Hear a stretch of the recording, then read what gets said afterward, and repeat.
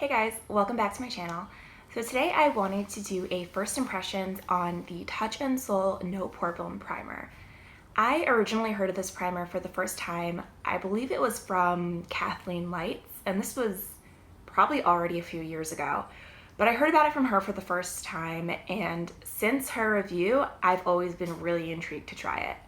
So I had the opportunity to do a little bit of gift card shopping at Sephora the other week, and this is one of the things that I picked up.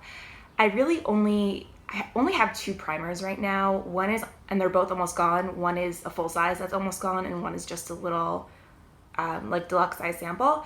So primer was something that I wanted to pick up anyway, and I've always been intrigued to try this one, so I figured I'd give it a shot.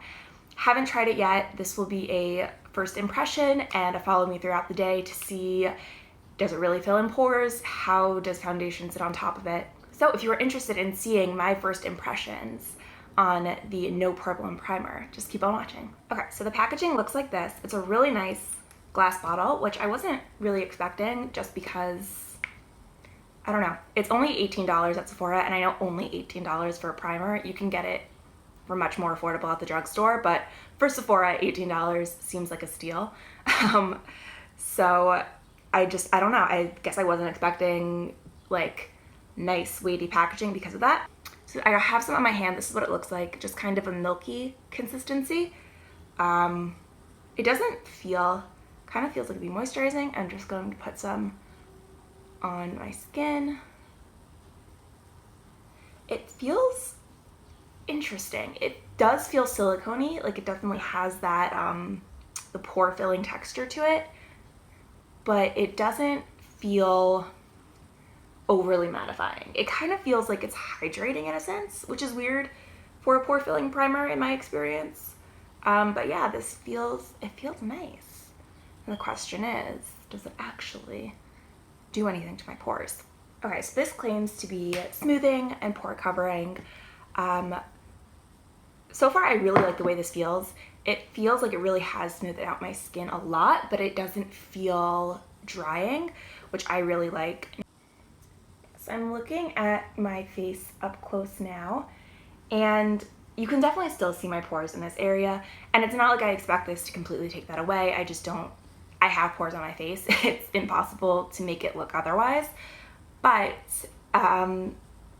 everything does feel really smooth. I think some of my larger ones are looking a little more, not smaller necessarily, but a little less textured, if that makes any sense. I'll try to zoom you in to see if you can see how it's sitting. So I still have large pores in this area, but usually the ones closer here look a little smoother.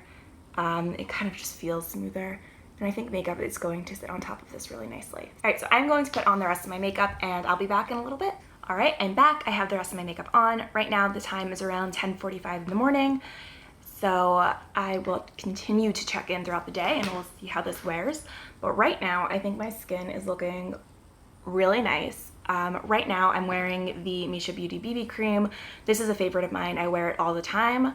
I know how my skin looks when I wear this, so now that I have the new primer on underneath, I'll be able to keep track, kind of, and because I know what my skin looks like normally with this, with and without primers, any changes or weirdness, whatever, I'll know if it's attributed to the No Poreblem primer. That's such a hard name to say. But yeah, so far I really like this. I mean, first impression, I think it's doing a really nice job of blurring out my pores. I'm not sure how much you can see. The highlight is a little intense today. I'm not sure how much you can see, but you can still see I do have pores and texture in this area. It didn't cancel that out entirely, but to be honest, I wasn't expecting it to. I don't think that's gonna happen from any product ever, but I do think that my pores, especially in this area, look minimized. Everything looks smoother than it would, I think, without this, and then how it usually looks. But yeah, this is really nice. I'm gonna continue to check in throughout the day, and I'll let you know my final thoughts at the end of the day. Hey guys, so it's around 2 o'clock now, so I've had all my makeup on for about 3.5 hours at this point. I've just been getting some stuff done around the house, took Ruby out for a walk. It's humid and raining and pretty gross, so makeup has been on through that. I'm gonna try to see if I can zoom you in, but everything so far has been sitting on top really nicely. I think my pores and everything look pretty smoothed over. Like I said, you could still see texture, you could still see pores. It's not perfect, but I really think it's done a good job. My makeup looks really nice and smooth on top of it. It hasn't done any weird pilling or anything like that. So far so good. All right, so now it's 7:15, so I've been wearing the primer for about 9 hours now. So at this point, I feel like I really know what I think about it. I think it's held up pretty well. Not so much has changed. I did notice that on my nose, around my nose, and on my chin, my foundation started to break up, which is actually pretty typical for me. I don't think that's the primer, that's just what my makeup always tends to do by the end of the day.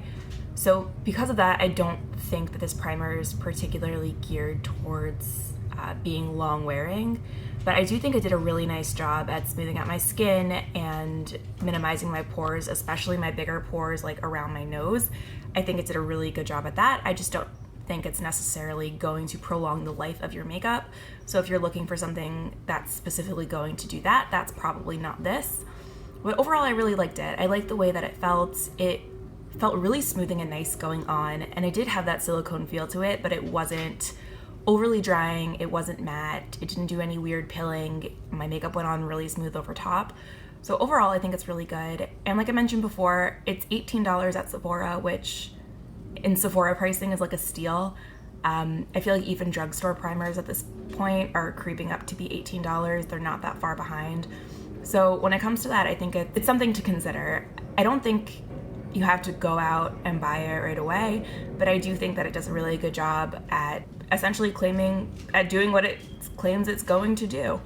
So overall, I think this primer did a really good job. I like it. I'm definitely going to continue using it. And yeah, I hope you guys enjoyed this video. Don't forget to thumbs up and subscribe, and I'll see you in my next one. Bye!